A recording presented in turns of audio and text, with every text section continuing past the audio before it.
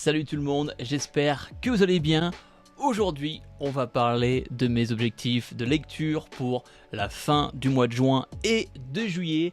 Comme vous avez pu voir dans la dernière vidéo, j'ai une sacrée palle, des mangas de partout, c'est un gros bordel, mais ça s'améliore. Si t'as pas encore vu la vidéo, je te la mettrai en bas en description. Mais aujourd'hui, je vais vous présenter les mangas que j'ai envie de lire pour le mois de juin et le mois de juillet. Je les ai plus ou moins classés dans l'ordre priorité. Et le premier manga, je le tease depuis très longtemps, mais c'est enfin le moment de le découvrir. Je vais absolument lire Berserk dans l'édition anglaise. Bon voilà, je vous la montre tout le temps à chaque fois parce qu'elle est juste magnifique, hein, tome triple. J'ai les 12 premiers tomes de Berserk, sachant qu'il y a 3 tomes dans un. Petite multiplication, j'ai 36 tomes de Berserk à lire. Le tome 13 et le tome 14 sont déjà sortis si je me trompe, mais déjà on va commencer avec les 36 volumes. Berserk, c'est vraiment une de mes priorités principales pour ce mois de juin et ce mois de juillet. Dites-moi en commentaire si vous voulez voir un marathon, sinon on en parlera plus profondément dans un des prochains bilans lecture. Avant de continuer avec la vidéo, n'oublie pas d'aimer la vidéo. Si on peut essayer de battre mon record de 200 likes, ça serait super. Un petit commentaire sur les choses que tu as envie de voir dans le futur ou peu importe. Abonne-toi à la chaîne si c'est pas encore fait et booste la vidéo, ça fait super plaisir. En deuxième position, des choses que j'ai vraiment envie de lire cet été, c'est Vinland Saga. On a enfin eu la fin, d'ailleurs je me suis procuré le tome collector pour cette série. Vinland Saga, j'entends tellement de bonnes choses sur la série. Je pense que, voilà, que maintenant qu'elle est finie et que j'ai eu la chance de ne pas me faire spoil, j'ai vraiment envie de la lire d'une traite. Est-ce qu'il y a des gens qui ont lu Vinland Saga?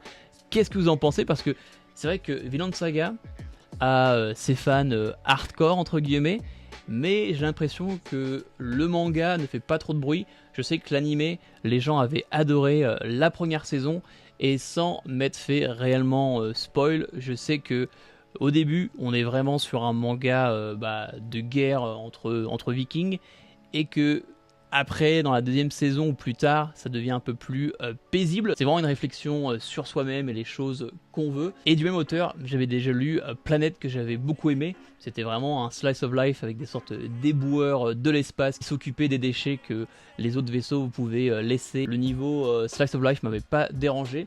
Et je suis vraiment curieux de voir ce que ça donne avec ce manga.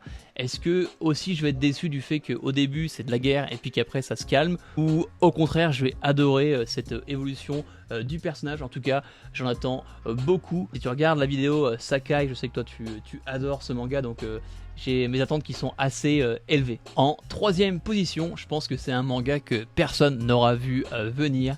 C'est un de mes auteurs préférés et je n'ai jamais lu ce manga ou vu l'animé. On parle de Yu Yu Hakusho. J'ai l'intégrale dans cette magnifique Star édition. On aime ou on n'aime pas la fresque, mais voilà, Yu Yu Hakusho, j'adore. Togashi, c'est vraiment un de mes mangas préférés, même si de lui je n'ai seulement vu l'animé Hunter x Hunter, je n'ai même pas encore lu le manga. Ça, j'ai vraiment envie de le lire et le découvrir, mais avant ça j'ai d'autres choses à lire. Mais Yu Yu Hakusho, j'entends beaucoup de bonnes choses sur cette série. Apparemment c'est vraiment un classique. L'animé apparemment est excellent. Mais voilà, moi je suis un peu le puriste, j'ai envie de commencer avec le manga et pourquoi pas plus tard regarder l'animé.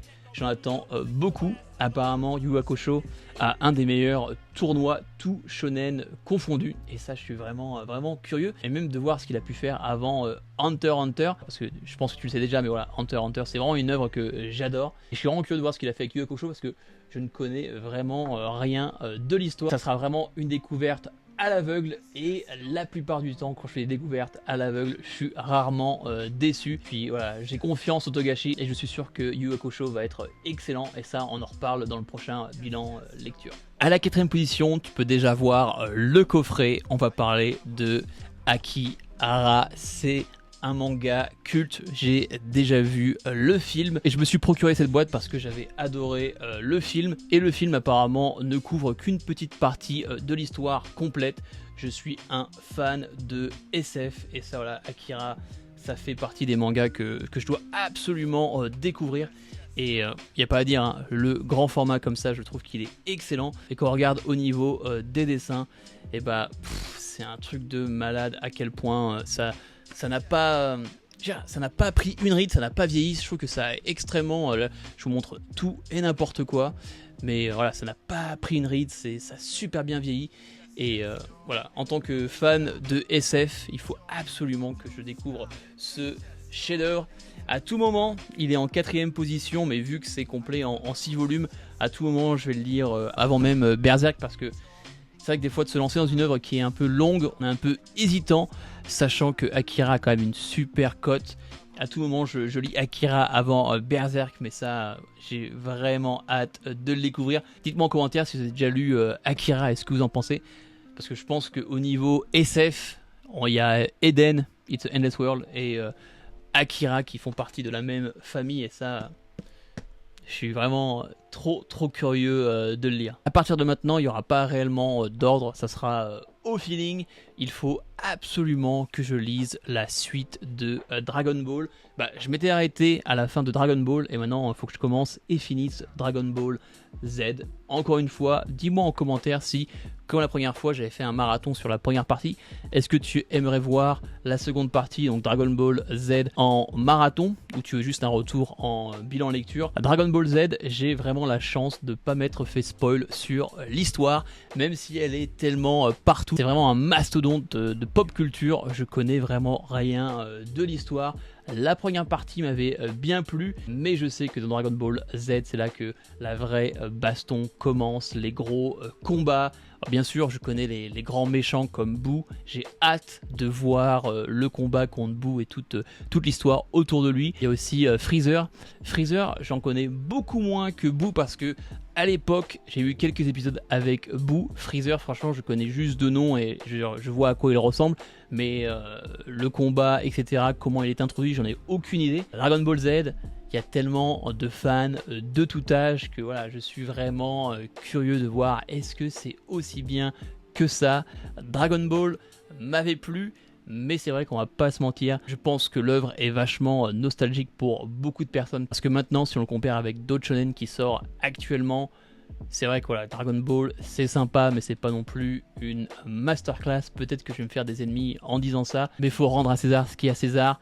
Certes, Dragon Ball a inspiré tous les mangas qu'on a aujourd'hui, mais c'est pas non plus ce qui se fait de mieux. À voir avec Dragon Ball Z, peut-être que je vais changer d'avis, mais en tout cas je vais essayer absolument de le lire et de le finir pour le mois de juillet. Et encore une fois, si tu veux voir ça en marathon ou seulement en bilan lecture, dis-le moi en commentaire. On va continuer avec un peu de SF de cet auteur. J'ai lu beaucoup de choses, mais pas encore ces grosses œuvres qui sont vraiment reconnues.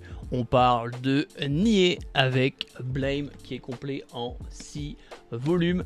L'avantage avec Blame, c'est que, alors déjà le dessin il est juste magnifique, hein. J'ouvre une page à l'aveugle, je suis sûr que c'est masterclass, je le vois pas mais je suis sûr que c'est beau. Encore une autre, bim, c'est magnifique.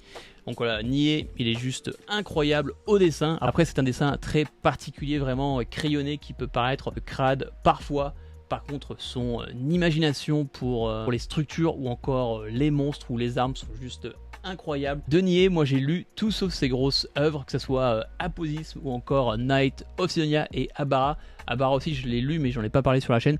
C'était sympa. Mais le problème avec Nier, c'est qu'il te faut un bac plus 15 ou un bac plus 20 pour vraiment comprendre toute l'histoire, parce qu'il y a très peu de dialogue, donc du coup ça se lit super rapidement. Même si tu passes un peu de temps à regarder les pages, parce que voilà, c'est tellement beau, c'est tellement créatif que voilà, faut quand même en profiter. Mais c'est vrai que souvent au niveau des histoires, c'est un peu compliqué à tout comprendre. Même si moi j'ai lu les œuvres avec le plus de texte, là j'ai commencé un peu à feuilleter Blame, mais c'est vrai qu'il y a très peu de texte, c'est souvent voilà, très contemplatif. Et je pense que voilà, Blame c'est quelque chose que je vais lire très rapidement, et il va me falloir au moins 2-3 relectures pour vraiment essayer de comprendre toute l'histoire. Sûrement des vidéos sur YouTube de 3 heures pour expliquer l'histoire et le lore derrière. Mais voilà, ça Blame, depuis le temps qu'il est dans ma palle à lire et que je les vois traîner, ils me font tellement de l'œil. Et là je me dis c'est peut-être l'été de la SF avec Akira et Blame, et je vais surkiffer. On va continuer avec mon petit péché mignon. J'ai envie de relire l'intégrale et le nouveau tome que je me suis procuré de Solo Leveling. Oui, Solo Leveling c'est popcorn, c'est de l'aura farming, c'est pas une histoire qui est très poussée, mais moi j'aime bien, je passe un bon moment. Il n'y a pas longtemps de ça, j'ai vu la saison 2 que j'avais vraiment adoré, parce qu'il y a tellement de combats que ça fait plaisir de les voir, tous ces combats en animation. Et le tome 20 vient de sortir, apparemment on passe à un nouveau protagoniste et j'ai envie de lire ce tome 20 avec l'histoire vraiment fraîche dans ma tête. En général, les solo leveling ça se lit hyper rapidement, c'est du manhwa, c'est tout en couleur. Je dis pas que je vais réussir à le relire en juin et en mai parce que comme tu vois, j'ai déjà quand même pas mal de mangas à lire. Mais c'est vrai que si j'ai le temps, j'aimerais bien me refaire une lecture parce que j'aime beaucoup, c'est badass, je passe un bon moment et c'est un peu mon petit péché mignon. Et je suis curieux de savoir c'est quoi votre péché mignon, une série que vous aimez beaucoup mais vous assumez pas à 100% que vous la lisez. Dites-moi ça en commentaire parce que je suis vraiment curieux de savoir. On arrive déjà au dernier manga, ça sera un one shot et il y a deux raisons de pourquoi j'ai envie de redécouvrir ce manga. La première raison c'est que je l'ai lu sans vraiment en parler sur la chaîne et je pense que voilà, ce one shot mérite vraiment que je fasse une bonne revue comme j'ai pu faire pour d'autres œuvres et vraiment la pousser devant un public qui n'aurait pas forcément eu envie de le découvrir ou de le lire. Et deuxièmement c'est qu'en fait j'ai trouvé l'histoire, elle était juste incroyable et j'en ai très peu de souvenirs et j'avais vraiment adoré. Et on parle du one shot qui est Solanin. Pour vous faire un petit speech de base, en fait on va juste suivre deux jeunes qui sont en couple mais tous les deux se cherchent un peu au niveau de leur relation et ce qu'ils ont envie de faire avec leur vie. Je trouve que c'est un one shot qui est excellent pour les jeunes adultes. Ça parle de thèmes que on a souvent des problèmes à cet âge-là, que ce soit les relations amoureuses et surtout une des questions qui est la plus dure dans notre vie. Qu'est-ce qu'on veut faire avec notre vie, quel travail, etc. Et je trouve que ce one-shot fait vraiment réfléchir et comme j'ai dit, j'en ai très peu de souvenirs mais je sais que j'avais adoré et j'ai réellement envie de le faire découvrir à plus de gens. Il y a déjà des gens par rapport à la dernière vidéo qui m'ont dit qu'ils avaient lu Solanin parce que je l'avais recommandé et qu'ils avaient adoré et ça franchement c'est une des choses que j'adore le plus avec cette chaîne YouTube, c'est vous partager des lectures que moi j'ai adoré et que vous me faites confiance et que vous allez acheter ces œuvres et que vous les adoriez aussi. Et Solanin c'est vraiment un manga qui est excellent si tu es à un moment de ta vie où tu es un peu perdu avec ta relation amoureuse ou ce que tu as envie de faire dans le monde du travail, ça donne un autre point de vue et c'est juste excellent. Mais vous inquiétez pas, je vais relire Solanin et je vais vous faire une très bonne revue pour donner un maximum de gens envie de lire ce bijou et ça c'est vraiment un de mes one shots préférés. On va continuer avec la partie de la vidéo que j'appelle la boîte de Pandore. Comme tu sais, il n'y a pas très longtemps de ça, j'ai commencé à me mettre au comic et à la BD et je commence à avoir une très belle collection et qui dit collection dit pal énorme et j'ai fait une petite sélection des BD comics que j'ai vraiment envie de découvrir. Alors on va commencer avec Scott Pilgrim, j'ai l'intégrale dans cette version toute en couleur. Ça, Scott Pilgrim, je l'ai pris parce que ça fait vraiment partie comme Dragon Ball peut être avec le manga, et bah ça c'est vraiment très culte pour les gens qui lisent du comic. C'est voilà, c'est une référence pop culture qui est énorme. Il y a un film qui existe, je crois aussi qu'il y a une série animée si je dis pas de conneries. C'est vraiment une énorme œuvre et voilà, dans cette version tout en couleur. J'ai vraiment hâte de découvrir ce que ça donne. Et puis il n'y a pas à dire, franchement au niveau du dessin, que ce soit au niveau du chara-design et tout, moi ça me plaît énormément. Et je suis vraiment curieux de voir ce que ça peut donner. Voilà. Je pense que s'il y a autant de gens qui en parlent, c'est que ça doit vraiment être excellent. Et ça, j'ai vraiment hâte de voir ce que ça donne. Et puis quand je regarde les bouquins, c'est pas super épais. Donc je me dis que ça, je peux facilement le dégommer. Une autre œuvre que je trouve que déjà juste l'édition elle est magnifique et je l'ai depuis longtemps dans ma palle et à chaque fois il me regarde du coin de l'œil. On parle de La Route de Manu Larsenet et ça si je dis pas de conneries il y a déjà un film qui existe par rapport à ça, peut-être que je dis des conneries. En tout cas si c'est bien le cas, le film en question j'ai plus le nom mais je l'ai déjà vu et l'histoire elle est hyper prenante et c'est aussi assez triste. Mais là, déjà vous regardez, mais au niveau du dessin, qu'est-ce que c'est beau. Et au niveau de l'histoire, si je dis pas de conneries, bah, c'est juste voilà, deux personnes qu'on voit sur la cover qui essayent de survivre et de vivre dans ce monde post-apocalyptique. Et moi, tout ce qui est univers post-apo, je suis un grand fan. J'aime les histoires qui prennent au cœur, qui donnent des émotions.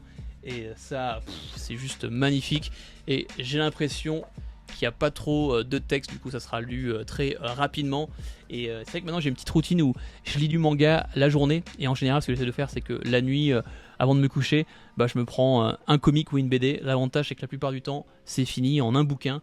et ça se lit hyper rapidement, donc en général j'essaie d'en lire un par soir et ça prochainement ça sera lu. Maintenant on va continuer avec Max Winson. Alors ça, je vais être complètement transparent avec vous, je l'ai pris pour la seule et unique raison, c'est que la chaîne librairie BD16 en a parlé et avait dit que c'était vraiment très très bien. Du coup moi j'écoute, quand on dit que c'est très bien, et bah j'achète, je découvre pour me faire ma propre opinion. Et si je dis pas de bêtises, là en fait on va suivre cette personne qui s'appelle du coup Max Winson, qui est champion du monde de tennis. Voilà, il est numéro 1 mondial depuis 7 ans, il est invaincu.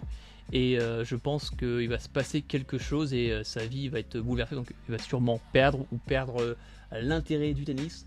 Voilà, apparemment c'est très très bien, la librairie BD16 l'a très bien vendu, du coup je suis curieux, est-ce que c'est aussi bien que ça en a l'air? Au niveau du dessin, ça a l'air d'être assez particulier, je vous montre un peu, mais voilà, moi j'aime bien ça avec la BD et le comic, c'est que je trouve qu'au niveau graphique c'est grave différent comparé au manga. Le manga, voilà, c'est vraiment, il y a vraiment un style qui est très particulier. Des fois il y a des mangaka de génie qui changent un peu la patte, que ce soit là Q Ashida avec un dessin vraiment très crayonné, vraiment sale, dégueulasse, et voilà, ça change vraiment de ce qu'on a l'habitude de voir. T'as aussi Taiyo Matsumoto qui aussi lui a des dessins, c'est comment dire, plus basique, mais des fois ça part très très loin, mais c'est aussi, voilà, c'est très particulier. Mais l'avantage c'est qu'avec le comic et la BD, c'est qu'il y a tellement de dessinateurs différents que même si c'est le même média, aucune BD et comic ne se ressemble, et ça j'aime beaucoup. On va finir avec la dernière BD. Quand j'avais présenté dans mes achats manga, il y a une personne qui m'a dit: tu as tellement de la chance de découvrir cette œuvre pour la première fois, je suis jaloux. Juste ce commentaire m'avait vraiment intrigué, et me dire voilà, l'œuvre doit être juste magnifique. Et on parle de Blast. J'ai l'intégrale en 4 volumes. Pareil, je connais très peu de choses. Encore une fois, c'est fait par Manu Larsenet, la personne qui a fait La Route. Et si je dis pas de bêtises, c'est une personne qui va voir la police et qui va raconter ce qu'il a fait. Je crois que c'est un meurtre ou je sais pas quoi. Donc dites-moi en commentaire si je me gourre ou si je vends l'œuvre très mal. Mais pareil, voilà, ça fait partie des grands classiques. Je ne l'ai pas encore lu, comme j'ai dit, j'ai ouvert la boîte de Pandore, j'ai envie de découvrir de plus en plus de classiques, que ce soit en BD ou en comic. Et je sais que ma palette est énorme, mais si tu as des recommandations, n'hésite pas, mets-les-moi en commentaire, je suis toujours à la recherche de pépites. Et on va finir cette vidéo avec le dernier comic. D'ailleurs, je m'étais gouré sur la dernière vidéo Top Flop où j'avais inversé les noms.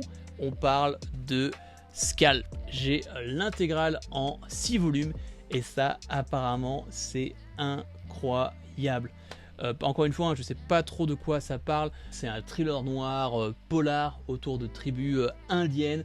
De la façon dont on me l'a vendu, ça me rappelle énormément la série Yellowstone. Je sais pas si vous l'avez déjà vu, mais cette série elle est juste incroyable. C'est le genre de série qui te donne après 1 ou 2 épisodes envie de devenir cowboy, tellement c'est prenant et tellement intéressant. Donc du coup j'ai l'impression que c'est un peu le même délire, mais version comique. J'ai regardé un peu les revues, tout le monde était unanime pour dire que cette série elle est juste incroyable. Et voilà, moi je suis toujours à la recherche de bijoux. J'ai pas essayé de comprendre et je me suis directement procuré. Donc voilà, comme tu vois, j'ai quand même énormément de choses. J'ai pas compté le nombre de tomes total que ça me fait cet objectif lecture. Il doit facilement avoir presque 100 tomes ou plus de 100 tomes. Mais je vais essayer de faire mon mieux, je lis beaucoup, je lis très vite, donc je vais essayer de lire au maximum et vous faire un petit retour là-dessus. Mais si on devait vraiment résumer mon objectif pour le mois de juin et de juillet, principalement je vais essayer de lire Berserk, ça c'est vraiment numéro 1, Vinland Saga, et à partir de là, Yu Hakusho. Je pense que là, les 3 sont largement possibles en ces 1 mois et demi, parce que là on est aux alentours de mi-juin au moment où je tourne la vidéo. Et après je pense qu'on peut faire vraiment le forcing pour Dragon Ball et Blame, Akira. Je pense qu'au moins ces séries là je peux les lire. Après pour tout ce qui est BD, ça sera vraiment un bonus. Mais préparez-vous pour des bilans lecture où il y aura enfin Berserk dedans. Peut-être des marathons si vous le souhaitez. Sur ce, c'est la fin de la vidéo, je vais le redire encore une fois. Abonne-toi à la chaîne, aime cette vidéo, essaie de péter le compteur au moins 200 likes ou plus commente la vidéo, dis-moi si tu penses que je vais réussir à lire autant de mangas ou si toi tu as d'autres recommandations de choses que je pourrais lire. Abonne-toi à la chaîne si c'est pas encore fait. Abonne-toi aussi à mon Instagram, c'est le même nom, c'est RDaxel.